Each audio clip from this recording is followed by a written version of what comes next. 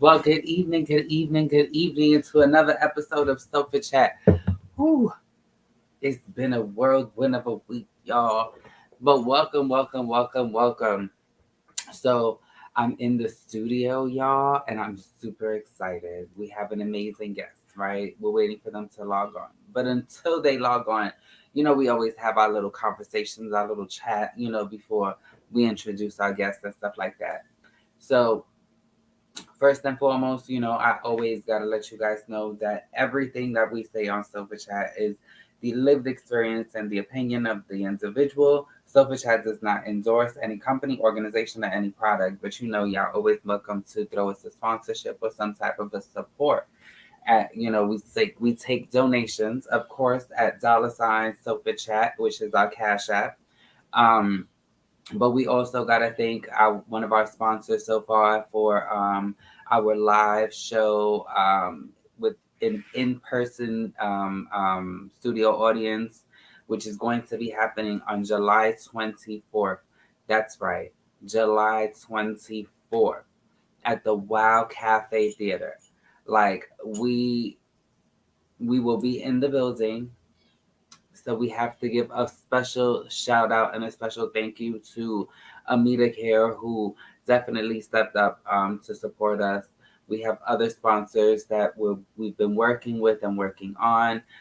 So we're just waiting for them to get back to us. We don't want to release them too early. Um, wow. And it's been a pretty, I don't know, it's been a pretty good week. So my husband and I had an awesome 4th of July weekend, as we told you guys. Who he is also the co-producer of Sofa Chat. Um, so we had told you guys last week that we were having a 4th of July barbecue, which went off with the hit with our neighbors. It was really great. We had some great music. We played the jumbo. Well, I can't say like the jumbo version, but like at least the bigger version of Jenga than like the tabletop version. So that was pretty cool. We enjoyed ourselves. We had a really good time. And my hubby and I purchased a beautiful grill because my favorite thing to do in the summer and in the warm months is to grill. So we purchased a really nice grill and a smoker. So I was like throwing down with the wow. What did we have? We had salmon, we had ribs, we had hot dogs, we had hamburgers, macaroni salad, potato salad, shish kebabs, chicken and beef. Um,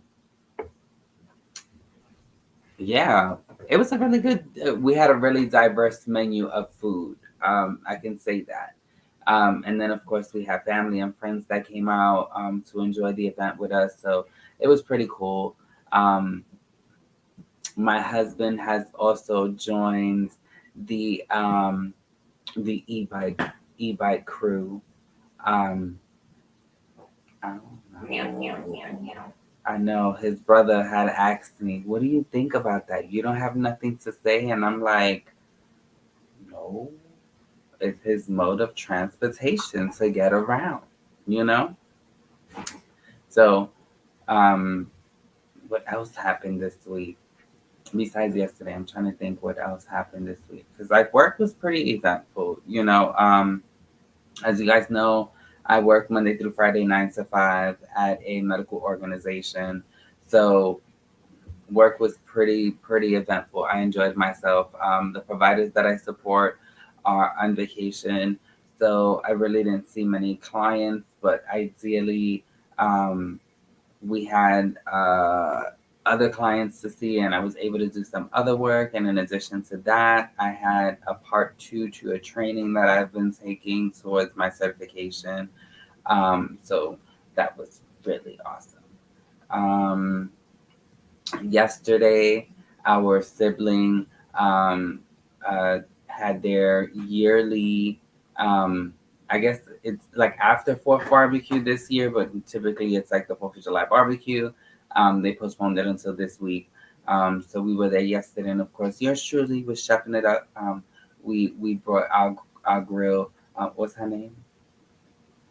We have. I don't think we've named her We yet. have not named her. Yeah, we haven't named her yet. So when we name her, we'll let you guys know what we named the girl. Because all of our children and babies, have names. It's just it's how it is. You know. Um, this upcoming week. Oh my gosh. I'm lost. Don't mind me, y'all. Like I'm lost on like days of the week. There's so much coming up. Um, to be frankly honest with you guys, like these past couple of days and these past week, ever since the month of Pride finished, um, we got some time off, but ideally it's like the last episode of Sofa Chat is coming up right around the corner. We have two more episodes after today's episode. And in addition to that, then followed by the NYTBF competition. But right before that, it's my co-producer and my husband's birthday. I'm just saying, I can't forget that. Y'all can't miss that. But anywho, that's before the competition and stuff. This weekend coming up, there is an event in the Bronx. Hold on one second, you guys. All right. So yeah, that's what's going on this week. Um, but I told you guys I'm gonna chat with you guys for a few minutes and keep it going. But we have our guest logged in, and of course I don't want to take too much time, because she has her own busy schedule. She just finished the Bronx concert series, which just started at Orchard Beach, and y'all gonna see in a few minutes she's in the car. We had to fit this in, so I don't want to take too much of her time because I definitely want to sit and dive into some great conversation. So, you guys, I've had the amazing honor of working with her and being honored at one of her Bronx Pride events that happened during Pride Month. So, without further ado, I definitely want to bring on camera none other than our 14th Bronx Borough President, none other than Vanessa L. Gibson. Hold up. Woo! Wait a minute. This is super exciting. I think you're on mute. Let's see if I can unmute you. Let me see. My bad. Yes, hey, No, how are you? Oh my doing goodness. well. So first and foremost, thank you for joining. I know you're in the car. I know you're busy doing what you got to do. There's always something going on in the Bronx. So of course, thank you for taking the time out to join us on Sofa Chat. So first and foremost, how was the concert? Excellent. Can I tell you, Orchard Beach was packed. There are some veteran beachgoers that have been at Orchard for years and years. And when I ran for borough president, a lot of people came up to me and asked about continuing the summer concerts. So in January, starting the new position, I knew it was important.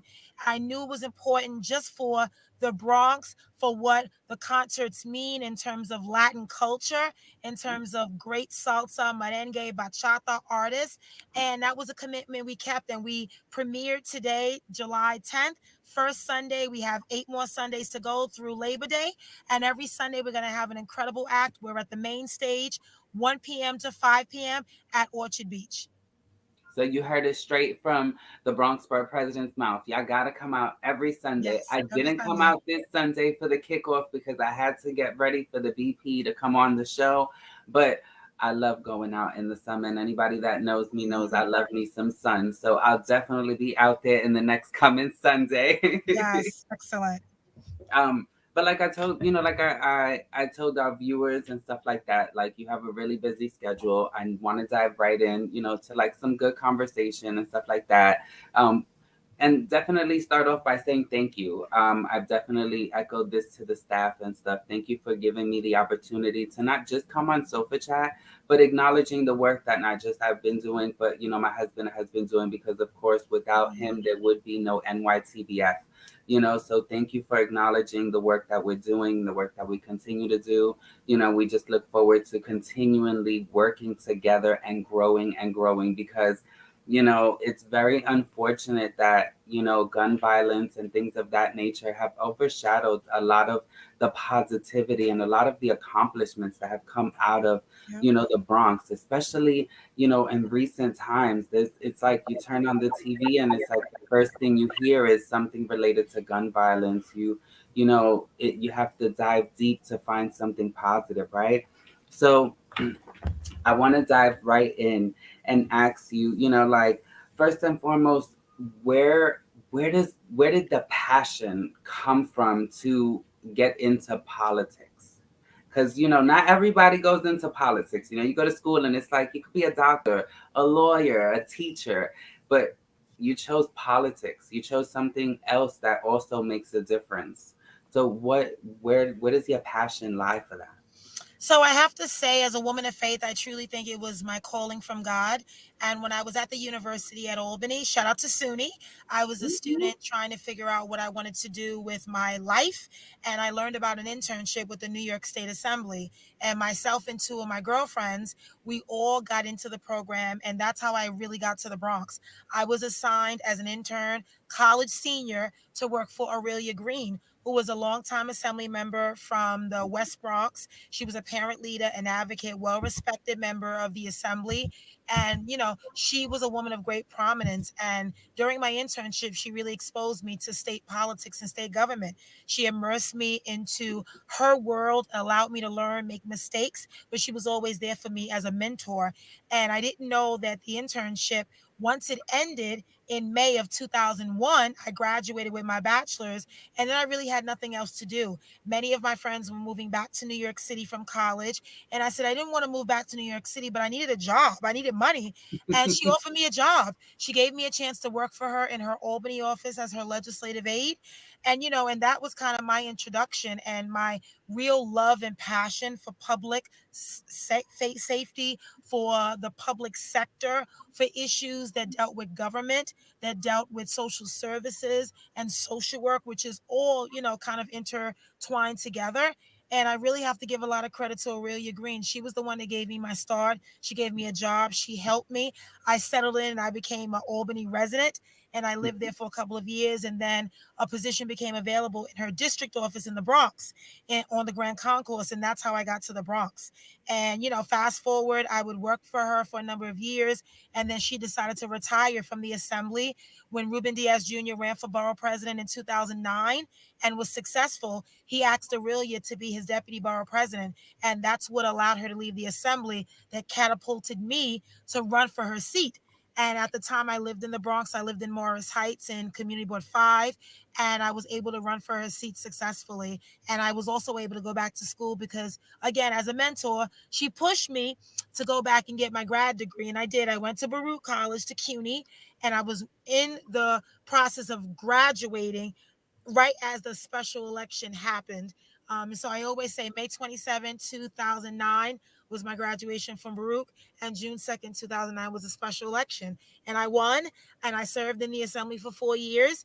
And then I learned about the city council in New York City and potential opportunities. There were term limits, and the woman that ultimately was leaving office was Helen Diane Foster. She had served for 12 years, and due to term limits, she had to leave office. So in 2013, I made the decision to leave the assembly and run for the New York City Council. I won the Democratic primary in September of 2013. In November, I won the general, and then I resigned from the assembly and took office as a city council member. January 1st, 2014, came in with the de Blasio administration, served for 8 years, an amazing 8 years. I had so much opportunity to do so much in the Bronx and the West Bronx. And then I knew I was leaving due to term limits again. And you have to have a plan, right? If you got to stay ready, so you got to get ready. And I decided to run for Bronx Borough President in 2020, right when the pandemic hit. But because the Bronx was going through so much with COVID, I had to stop the campaign and really resume in 21 when we Mhm. were not as bad, but still Mhm. dealing with it. And it was really hard campaigning and raising money, seeing people in distress, long lines at soup kitchens and food pantries. But we were able to do it. And we won the primary in June 2021. with almost 55% of the vote under ranked choice voting. And then we won the general in November.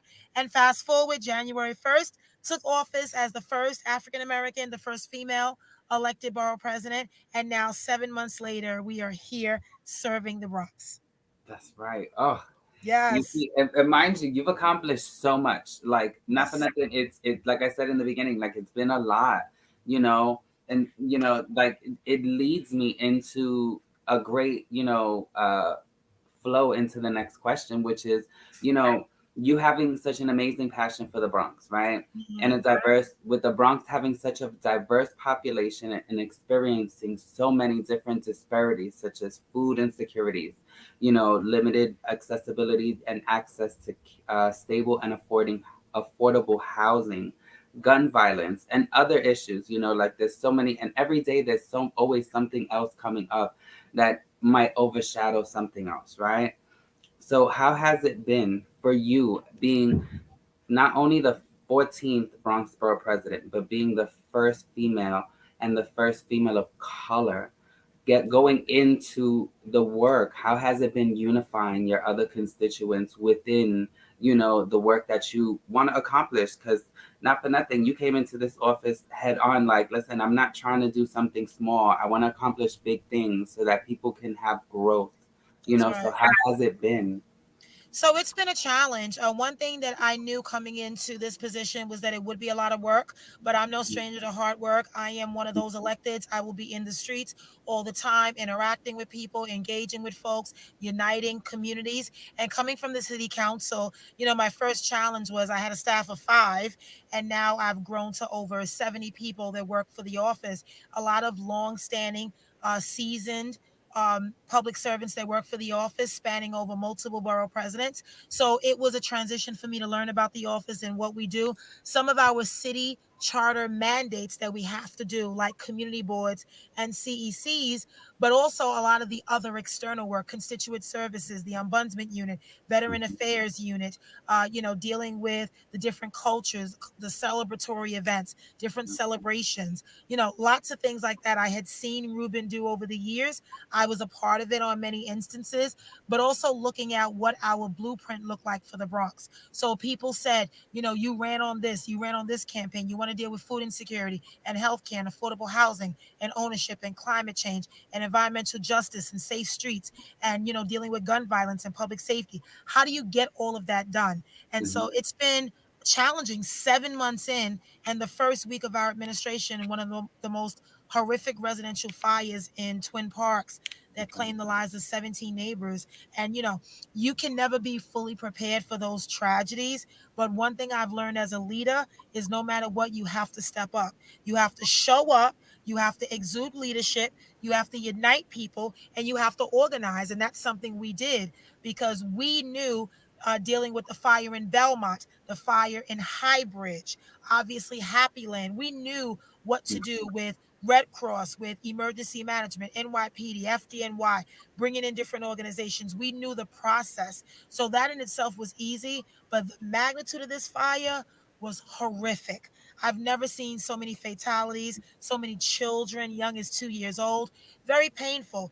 And even while we dealt with that, we still had work to do. The phone is still ringing. You still got to go to events. The mayor's coming, the governor's coming, announcements. The budget process started for the city. Budget process started for Albany. You have to make sure you're available. What does the Bronx need? What do we want? What's going on? What's happening? Like everything Yeah. coming together. And that's really what it's been like for 7 months. And even after the fire, we had an 11-month-old baby shot in Fordham Heights. We Yeah. had a cop shot in Belmont. We've had children shot. We had a 16-year-old, Angie Yambo, who was shot fatally leaving school back in May. We had an 11-year-old little girl, Mhm. Kiara Tay. I mean, there's just so many names that we Mhm. call. And this has just all happened in 7 months. And, think about all the other tragedies we've had before we got to office. So we still work with the family of Brandon Hendricks, third That's year anniversary of a 17-year-old shot in our borough, and his mom forever broken, but keeping her son's memory alive. So it's just been a lot of that. But one thing that I haven't strayed from is the work that needs to be done. And mhm. everyone talks about priorities, and we want to get people back to work.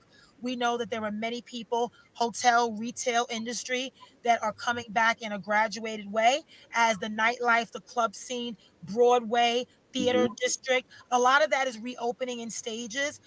First, remember, we all had the COVID, we Yep. had the vaccine mandates, you had so many different restrictions. And now that many of those are loosened, people are returning back to work. Office buildings are now being occupied. But we Yeah. do know that there is a component of New Yorkers that simply don't want to return to an office setting. We have Hmm. found a way to work remotely in these 2 years. And so a lot of people, including city workers, are saying, well, do I have to go back to work? That's it. I can stay home. And so, it's a challenge because there were many positions like first responders and essential workers that never stopped working, that had to go to work. You Yeah. can't stay home. You have to answer the 911 call or be a first responder or a hospital worker or a nurse or a doctor.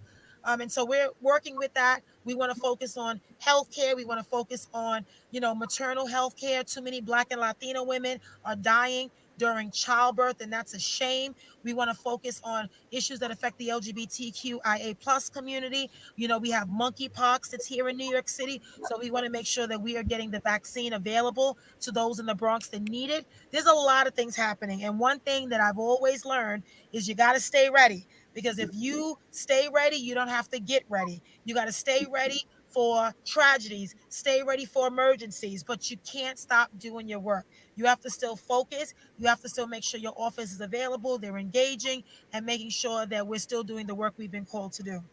Absolutely. Because ideally it's difficult. What most people don't understand is the work.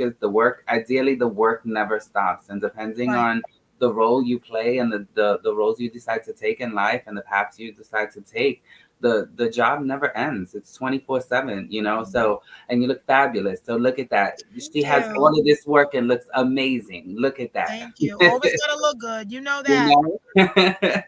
So that leads me into asking you, I've had the opportunity, and I've done my homework.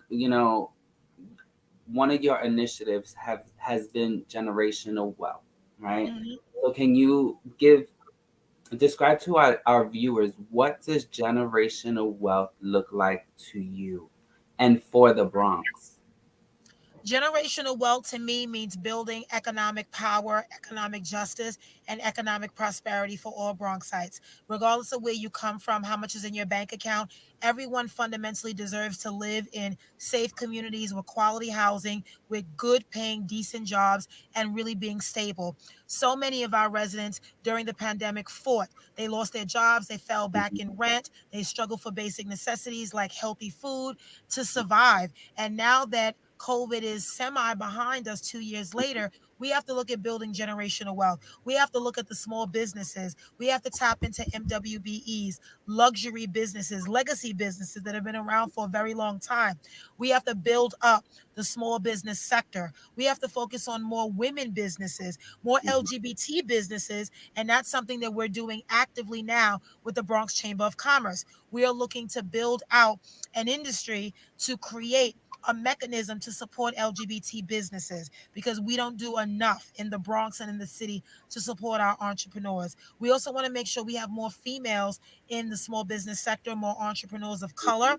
We have to look at the construction industry. We have to look at initiatives like Community Land Trust, which is an effort where we take city owned land and we turn it into private ownership, and we build co-ops, we build homeowners ship opportunities, and we are building homes. The greatest thing we can do to build economic wealth and power is to allow people to own property, to allow them to become first time homeowners, to start their own business, to develop a business plan. People have such great ideas and they're so talented. But guess what? You get inundated by the city bureaucratic red tape, by the state's bureaucratic red tape, by all the paperwork that is necessary. You get inundated and it gets very discouraging. And so a lot of people have a great idea, they have a business plan, but they don't know how to execute it. And so Yep. we want to build on that. We want to look at CLTs. We want to look at worker cooperatives, which we have in New York City. The largest is in the Bronx, BCDI, the Bronx Community Development Initiative. And it's Mhm. run by Michael Partis in the Bronx. And this is a great way where we have worker owned businesses where you have a portion of the business that you own.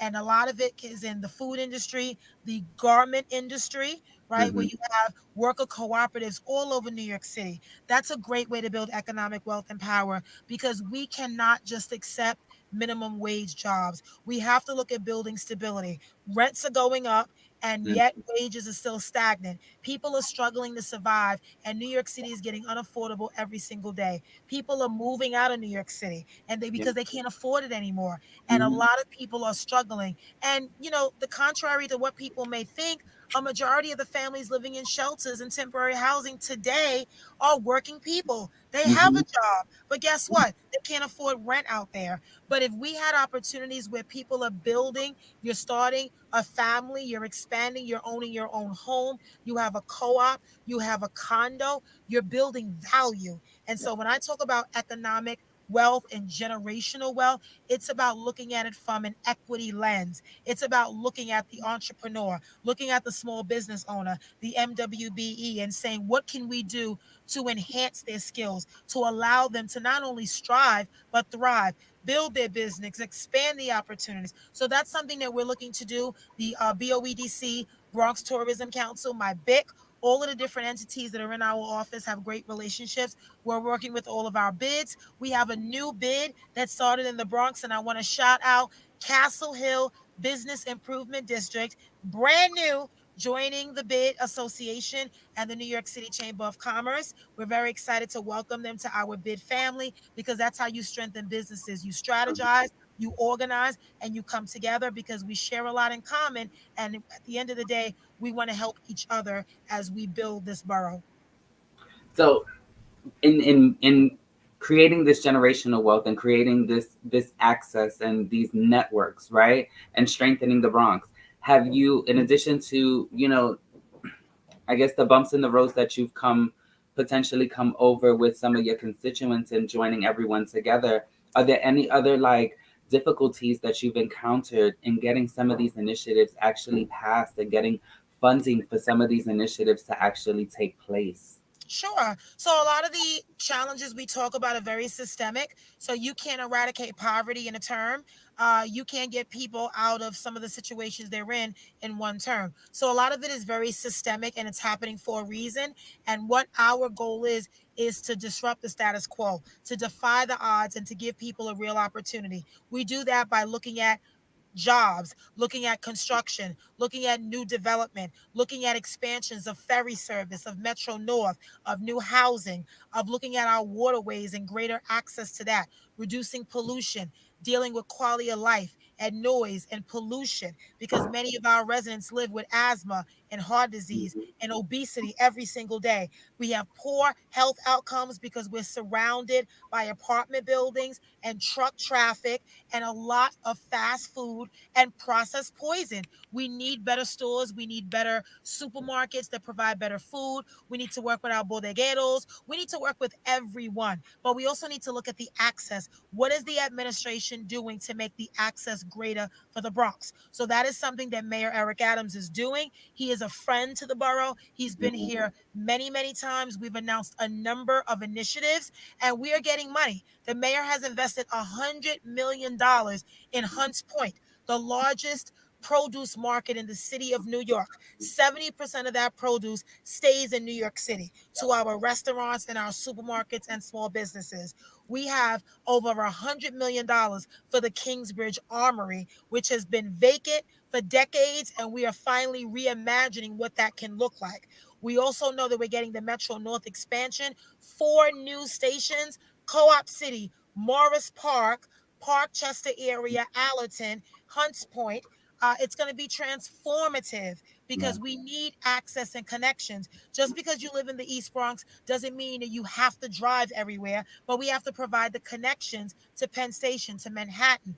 We have now reintroduced better buses in the Bronx because the buses in this borough are slow. So we have new rapid buses with Wi-Fi, with broadband, electric buses. We added new bus lines in Co-op City. We've expanded on some. The BX18, the BX 40, and the 42 are expanding now into Parkchester and Castle Hill.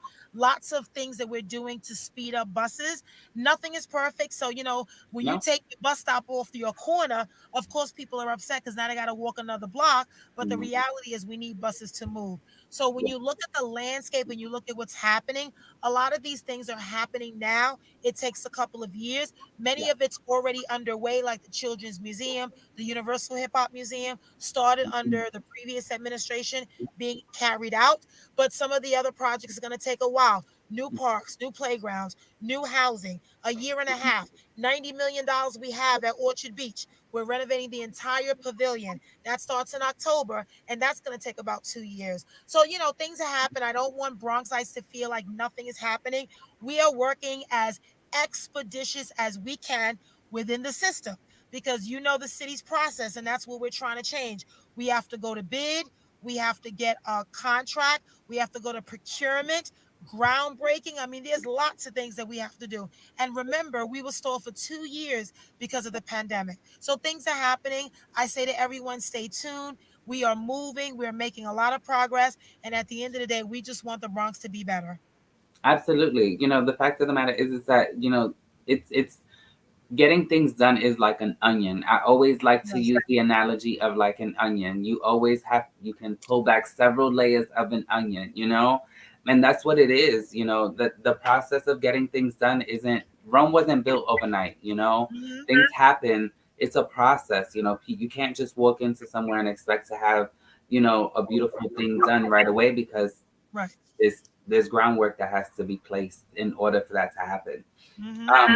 So I then want to transition into another area, which is, you know, I'm from the Bronx, born and raised from the Bronx, different areas from the Bronx. I've had the opportunity to move around the Bronx. My mom gave me the flexibility of moving out when I was 17 to spread my wings. So I got my little taste of different areas of the Bronx, and I've seen a lot of them change in so many ways progressively. I mean, one of the areas specifically that comes to mind is like the Fordham Road District, like Fordham Hmm. Plaza many Yep. years ago, not even many years ago, a few years ago, Fordham Plaza was not as diverse, not as um, kind of like redeveloped as it is now. And actually, this evening, if I'm not mistaken, is actually the Fordham night market.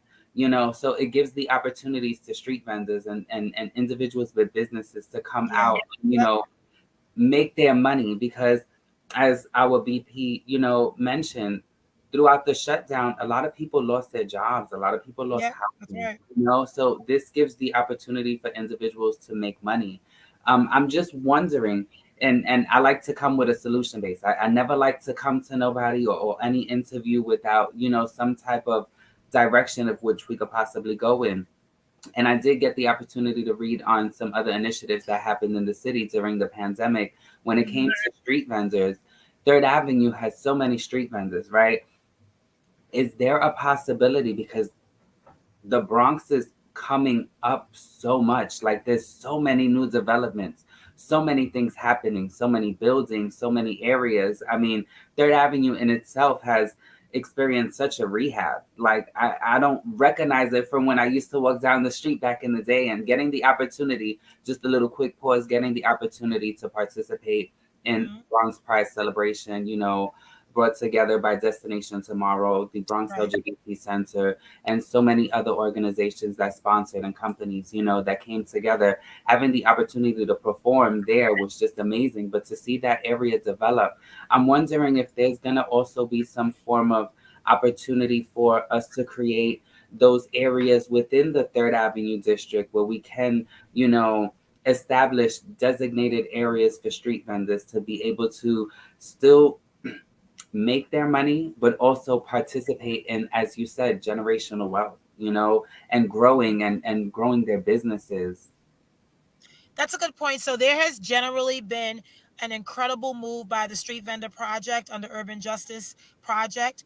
Many years of me being in the council and remembering the Street Vendor Project to really mobilize street vendors, to organize them, to legitimize them, to make sure that there's an industry where they are supported and they are just really acknowledged for the value and what they bring to the table, whether they are general merchandise, they are veterans, or they are food.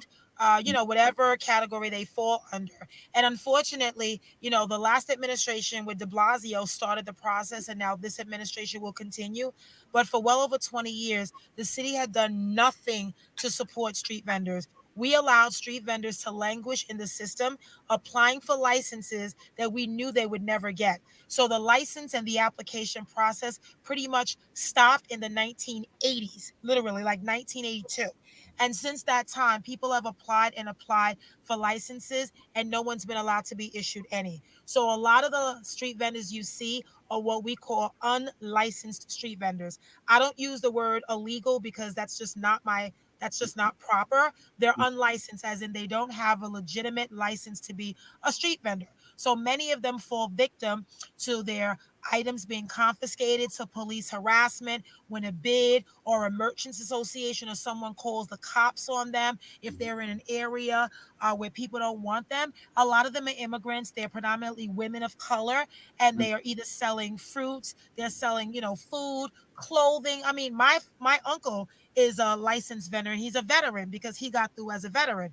But what we did before I left the council was we passed legislation that would actually begin to open up the process of giving licenses out in a graduated, fashion Mm-hmm. to licensees that are applying. But the problem is it only applies to food vendors, not general merchandise, because we had to start somewhere. There Yeah. is a new office of street vendor enforcement that was created that's now under the first deputy mayor's office, which is Lorraine Grillo. And this unit has an advisory board of street vendors, bid, merchants associations from all five boroughs that come together to meet to figure out what this looks like. But you and I know that while this is underway and the licenses have not officially been issued, everyone is out there vending. I Yeah. was just in Kingsbridge and near the Armory, I saw a whole bunch of vendors Mm-hmm. and they had items hanging on the gate, on the floor. I mean, and that's what Yeah. Third Avenue, Fordham Road has looked like. And the challenge is that that's not what we want vendors to look like. We Mm-hmm. want there to be a designated area. So my suggestion and what I'm looking to do is work with the city council. Number one, the bill we passed has to be implemented. Number one, so we will start to issue new licenses. But we know, I think the bill only looked at 400. There are Yeah. thousands of people waiting for a license. So we do have to find a way to designate certain areas. The Third Avenue bid, Michael Brady and his team have been very, very good because they actually work with the street vendors. It's not always, Leilani, as you understand, it's Yeah. not always that welcoming. Some of our bids and some of our merchants and small businesses don't really welcome the vendors because if you're a supermarket owner and there's someone vending outside selling fruits and vegetables, that's direct competition. So there Mm-hmm. has to be guidelines on your space and how far you can be because you can't do that. You can't do that to a business that is paying taxes, that Mm-hmm. has property, that's paying rent every single month, and street vendors are held to a different standard. And so that's what we're trying to do. We're trying to legitimize the industry, recognize them, but also know that they have to be held accountable just like small businesses too. Because I believe vendors are small businesses, they're Yeah. entrepreneurs. And so we need to build out a system that really supports them. And what I do, and I want to actually piggyback on what the Bronx BP said, and kind of like give some support to our street vendors and let them know that there's possible ways to work, with especially with the new administration coming in, there's ways to work with individuals. Like it's no longer feeling like your voice is falling upon deaf ears. You can actually do things, and in the process of you doing things, like the BP said, if you are selling vegetables in front of a supermarket, that might not be the best look for you. Right. Maybe you might want to go a couple of, a block down where there's no street vendors, where nobody's selling fruits, but also take advantage of the opportunities that are being allotted to us by this administration to be able to have these opportunities to gain these licenses as she said, you know, the system to receive these licenses was, yeah, the applications were being received, but licenses weren't being distributed, especially when it was not a possibility. There wasn't the room being made. So take advantage of these opportunities that are being Right. allotted to us. You know, this is we're moving in a progressive way now, so we have more opportunity, more access. Let's take advantage of it. Mm-hmm. Um, Excellent. so I want to move and ask you, right? What can Bronx residents do to help in creating the change and the progressive way that we need to take the Bronx into for us to create generational wealth, for us to have, you know, affordable housing, for us to have, Yep. you know, these opportunities? What can we as Bronx residents do to support our governmental officials in the work? So I think generally a couple of things. I think every Bronxite should understand that we are here working, trying to get things done, trying to make a difference and make the Bronx better than we got it.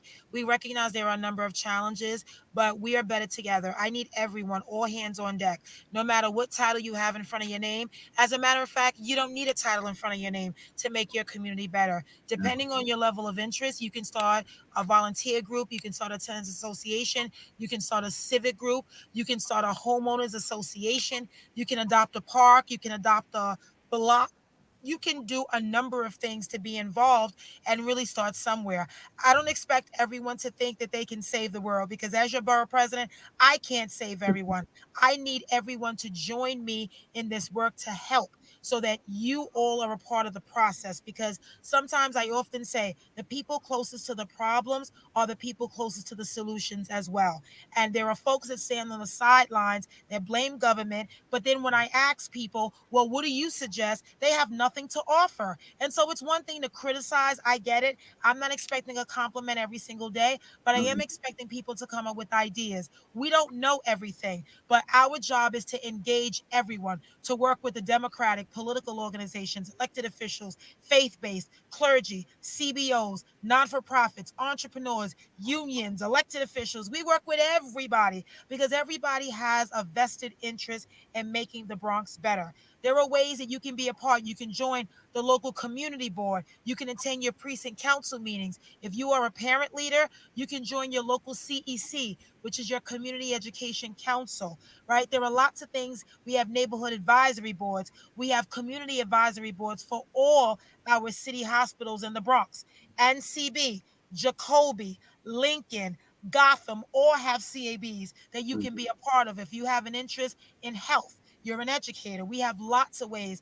The challenge is getting this information out to people because not everyone knows how to help. We have a lot of people who are retired from service and they want to do something, they want to volunteer, but guess what? They don't know how. So I definitely need everyone to follow us on social media, whether it's my personal, Vanessa L. Gibson, or the official Bronx BP Gibson, Gibson. Follow us on Facebook, Twitter, Instagram. We also have a website. We have an email distribution Mhm. that we send out every Monday to thousands of people. We send an email out of upcoming events, of updates that we're giving from health officials, whether it's about COVID, it's about monkeypox, whatever it is. We're giving out updates, upcoming events, cultural events, lots of things that are happening. So I just need everybody to be engaged because a lot of times people don't know. And sometimes if you know better, you do better. And I believe Mhm. that. And I definitely think that this is all hands on deck. This is a community driven approach when it comes to dealing with a lot of these issues.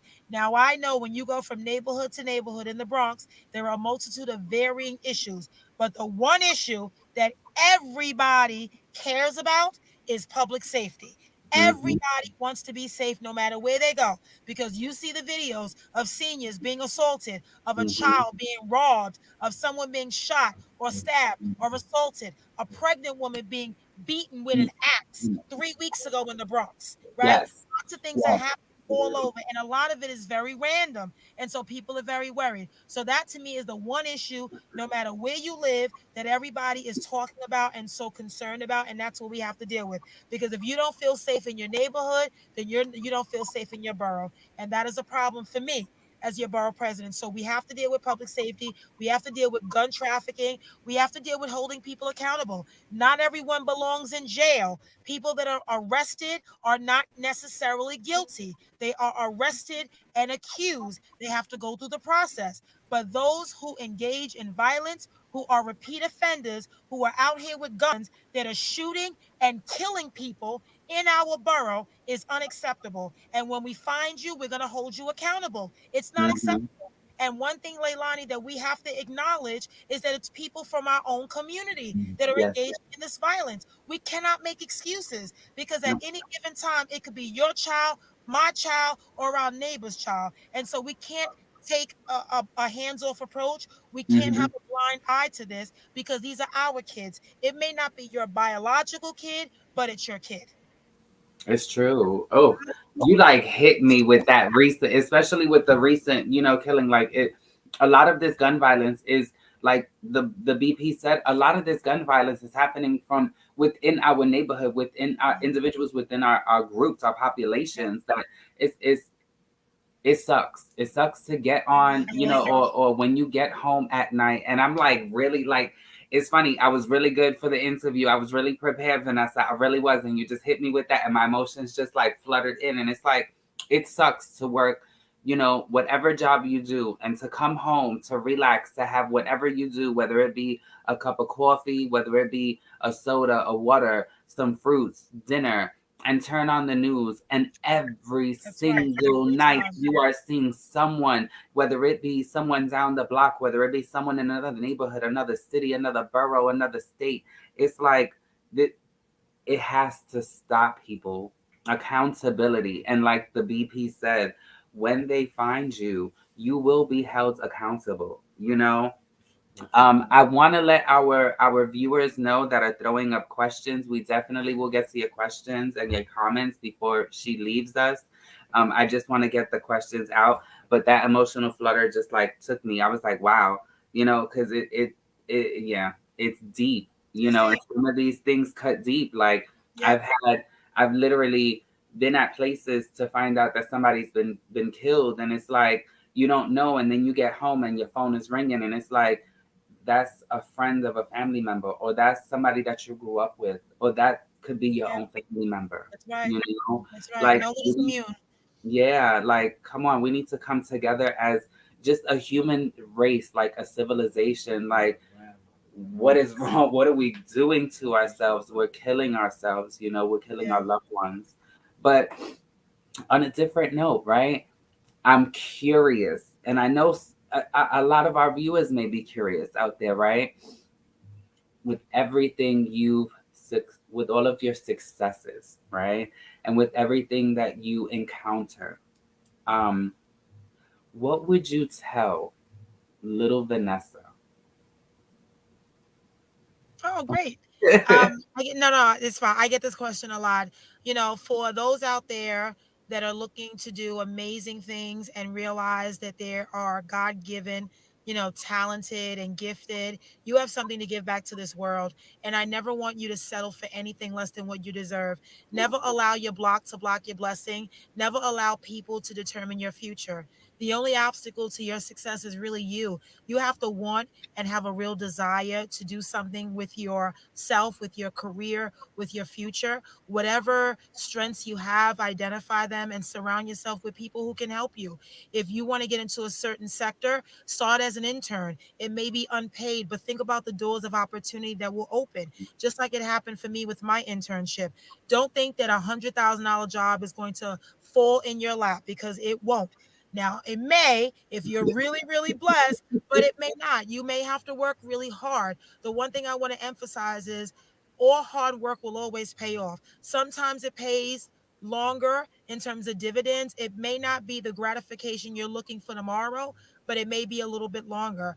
Like I always think about the purpose and what we have to give back in this life. And some of us don't realize what our purpose is. We don't know what our job is to give back. We may love people, we may love helping folks, we may want to be in healthcare, a first responder, like whatever it is, the private sector, an athlete, a singer, an entertainer, an artist, a designer, a poet, whatever it is. You have to be the best at it because there's no one else like you. You are built for you, and that's it. And you have to realize that. And sometimes you got to go through some growing pains. You have to go through some tough times where you may doubt yourself. People may try to knock you down, especially if you are a woman and if you're a woman of color. They will try to knock you down for sure, because no one always appreciates the value of Black and Latina and Asian American women and the things that we have done and never been recognized for. And now that we are doing it, people are looking at us like, wow, but we always been dynamic. People just didn't know, and they just didn't see our beauty, and now they see it, right? And so I Hmm. just want you to be encouraged and know that you have something to give back, and try to find something you love and grow on that. Try to find an outlet, an internship, volunteer, go somewhere to a hospital, a nursing home, volunteer for someone and try to build your skills. Remember, you're building up your resume. Your resume is who you are. You are that product that you are selling to someone. So you want to make your product good, right? You don't want Hmm. people to sell you as a subsidy, but you want to be market rate, right? And so Hmm. you got to look at yourself in a way of being a king and a queen, of being royalty, and not settling just for anything just because it's what it is at that point. Kind of look at short term and long term goals, and then create a list and go down that list and figure out how you get to those goals each and every time. Absolutely. There you So, and we're drawing to our last 10 minutes of our show, and I want to be cognitive of your time. It's also Sunday, and I know you've had a long day. I'm not sure if you've eaten, but I got dinner waiting to eat too. So, we're gonna hit that 7 o'clock marker soon. go. But Okay. ideally, I wanted to know a couple of things. I wanted to first and foremost give you the opportunity to let our viewers know of any upcoming events that you have going on that you want them to know about, but also any initiatives that you have going on that you want them to know about. Is there anything pressing that you want our viewers to know? Yeah, so definitely I have to highlight the summer concert series at Orchard Beach. We started today, July 10th. Every Sunday through Labor Day Sunday, we will be at Orchard Beach at the main stage between sections 8 and 9 from 1 p.m. to 5 p.m. We have a lot of salsa, merengue, bachata artists. We're going to transform it a little bit this year. So we're going to add a hip hop night, and we also want to have a Caribbean night as well, because we recognize that that's what the borough is all about. Yes. It's going to still focus heavily on salsa and merengue and bachata. For the Latin community, because that's important for us, but we also want to add some of the different components.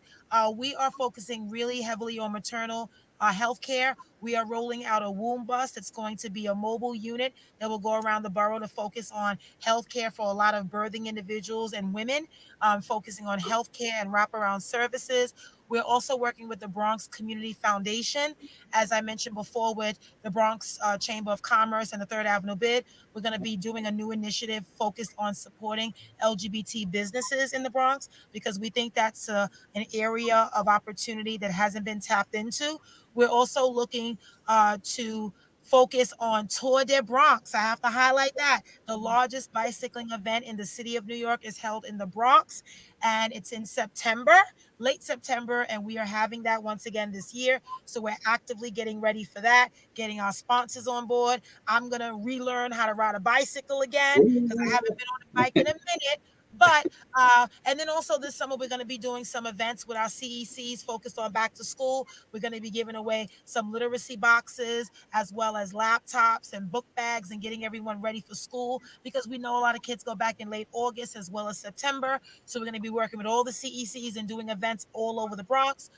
We are actively working to create new units in our office as well. And this is something that's never been done before. And it takes a while, because you want to make it right, and you Mhm. want to strategize in the right way and be very deliberate. So we're working on an office of public safety, because that's important to me. It's important to the borough. We're also working on an office of intercultural affairs, because we are a borough of diversity. So we want to make sure we connect with the Garifuna community, with the Bangladeshi community, the Bengali community, the Muslim community, the Yeah. Arabic community, the Jewish community. We want to go to the Albanian community, those that are from Kosovo. Like, we're just a borough Mhm.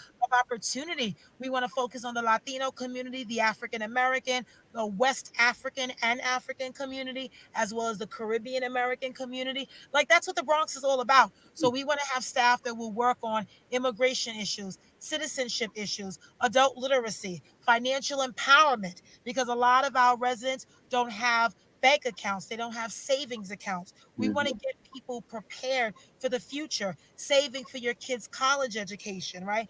A lot of things that we think about, but guess what? We don't actually do it.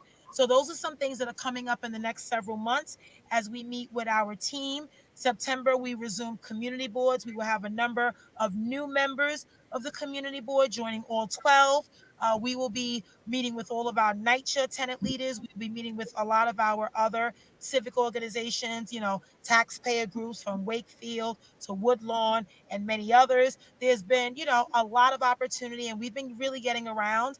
I just want to acknowledge folks. We've been going to places like in Olinville, Allerton, Pelham Parkway, Morris Park. We've been going to Edgewater Park. We're going to get to Silver Beach and LaSalle and Waterbury, areas of the East Bronx that have not really seen the borough president's office. So we want to make sure that happens. And, we're coming. It's been 7 months. I know people are very anxious, but we're getting there. We have a lot of meetings, a lot of requests coming up, but definitely some of those initiatives that we described are right now on our immediate radar.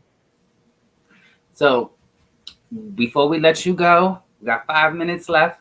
I just want to go down to see our viewers, and I want to thank everybody who's logged in this evening and joined the broadcast. We had, Tabitha Gonzalez, BP. You know who Tabitha is. She That's right. joins in. We also have Javon Martin, who is the Okay. founder of Princess Janae's Place, who joins in with us. Um, and we want to thank them all for their amazing comments and questions. I know one of the questions that Javon Martin asked is he'd like to know how would he become or his organization become a part of the bid. Oh, okay. So definitely, if anyone wants information, they can call my office. The main number is 718-590-3500. That's 718-590-3500. And our BOEDC, the Bronx Overall Economic Development Corporation, works closely with the Chamber of Commerce. We work with all of our bids. So depending on where the particular business is located, we can work with that particular bid and or merchant association, and we can also work collectively with the Chamber of Commerce. Chamber of Commerce is doing amazing work. I want to shout out the president and CEO, Lisa Sarin, because they are making sure that the Chamber reflects the businesses of the Bronx. So they're going all around the Bronx. It's not just the East Bronx or the West or one particular area, but we're going into areas that, have really been isolated and ignored for many, many years. And so that's one way. Also, BOEDC helps you with loans, with grant opportunities through the city, through the state, through the feds. We work with small business services, SBS. We work with SBA. We work with the State Department of Financial Services. We work with Empire Empowerment Zone. We work with everybody pretty much. And so if our office doesn't do it, then we can connect you to someone. But I've heard a lot as I travel, people that are entrepreneurs that are looking for opportunities and they really don't know where to go. So please call our office so that we can help you. Look at that. So one of the questions was also how would they reach you at your office and stuff like that if they needed assistance. So there you go, straight from the BP's mouth. That's how you can not only access these amazing opportunities, but you can also reach out to her and her office, and definitely her staff will get back to you. And I'm not lying. I'm not even trying to sugarcoat nothing. I'm gonna let you guys know from my mouth with honesty. It's a fact. Like, look, I am a woman of trans experience from the South Bronx, an advocate, a woman of many hats, and the BP took time out of her day to join us on Sofa Chat, a little small web show, on season 2. So it's Mm, possible, if you don't, you know what? I always like to say a closed mouth doesn't get fed. If you don't that's open up right. and you don't ask for it, it won't happen. If you sit at home and say, well, she didn't call me and she's not getting through to me, well, guess what? There's a lot of phone calls that individuals get with different, initiatives every day. And if you don't call them, they're not going to hear you. That's But right. BP, Vanessa, I want to thank you for taking the time out of your Sunday to join us on Sofa Chat. I'm definitely going to send you the invite. I know you're busy on Sunday, so no worries. I'll send you pictures and some Okay. details for your staff as well if anybody's available to join us on our last show on the Okay. 24th. But I want to say thank you. Thank you for taking the time out, to be on our web show. Thank you also for, the work that you do, the passion that, that comes from within. That I personally feel that passion is not learned. Passion is something that comes from within, True. and you have that passion for our borough. My cat is wanting to say hi too. They said, hey, we were hiding back there. But yeah, thank you. I have my husband here who's also my co-producer, and I want to echo on the entire staff at Sofa Chat. Thank you so much. Thank you for Oh, the thank work you. that you do. Thank you for being a part of the show. Thank you for the acknowledgments. And thank you for all of the work that you will definitely Yes, continue absolutely. to accomplish. Thank Rome you. wasn't built in a Yes, day. So, you and if got there's it. anything that my husband or myself, the NYTBF or Double L Productions can do Okay. to continue to support your initiatives and the work that you do, please feel free. You have our email, you have our phone, you have access. Let's just keep this going.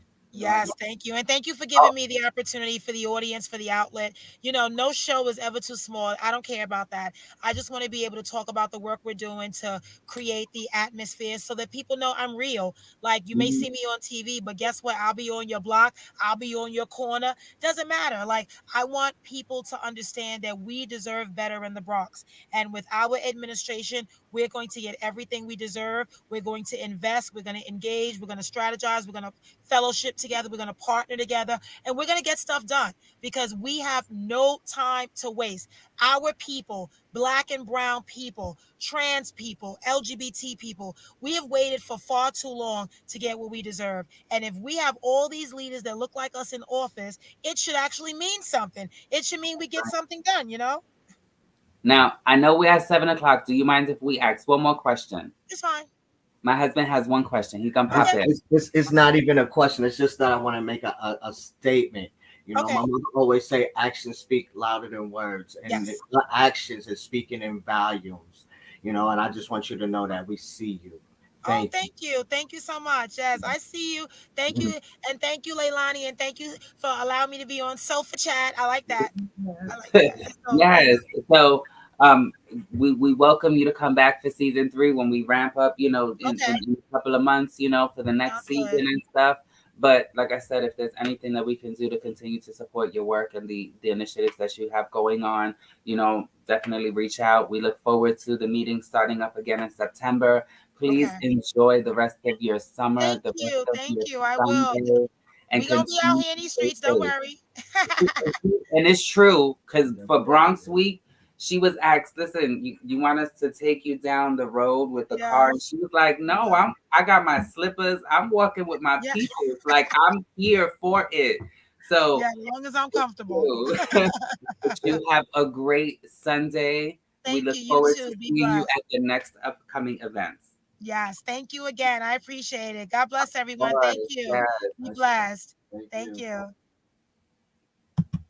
All right, you guys. So we wrapping it up. I know we're a couple of minutes over time, but I want to thank you for joining in and joining us on Sofa Chat. We have 2 more episodes left before I let you guys go tonight. I need you guys to go on all of our social media platforms, especially Facebook, Twitter, Instagram, all of them. We have been releasing the information for you guys to get your tickets to be part of our in studio live audience. We have a 2-hour show. We actually will have an amazing lineup. We have royalty in the house. We have managed care programs. We have it all. So I want to thank you guys for tuning in. I hope you guys have a beautiful, amazing, blessed week. Like I tell you every single Sunday, I want you to take a mirror or take your phone, pull it as a selfie. Tell yourself that you are fabulous, you are amazing, you are worthy, because you know what? You matter. Tell yourself you love yourself, because if you don't love yourself, you ain't gonna be able to love nobody else. Have a great week. Stay safe. Continue to wear your mask and use hand sanitizer. Until Sunday, y'all. Later.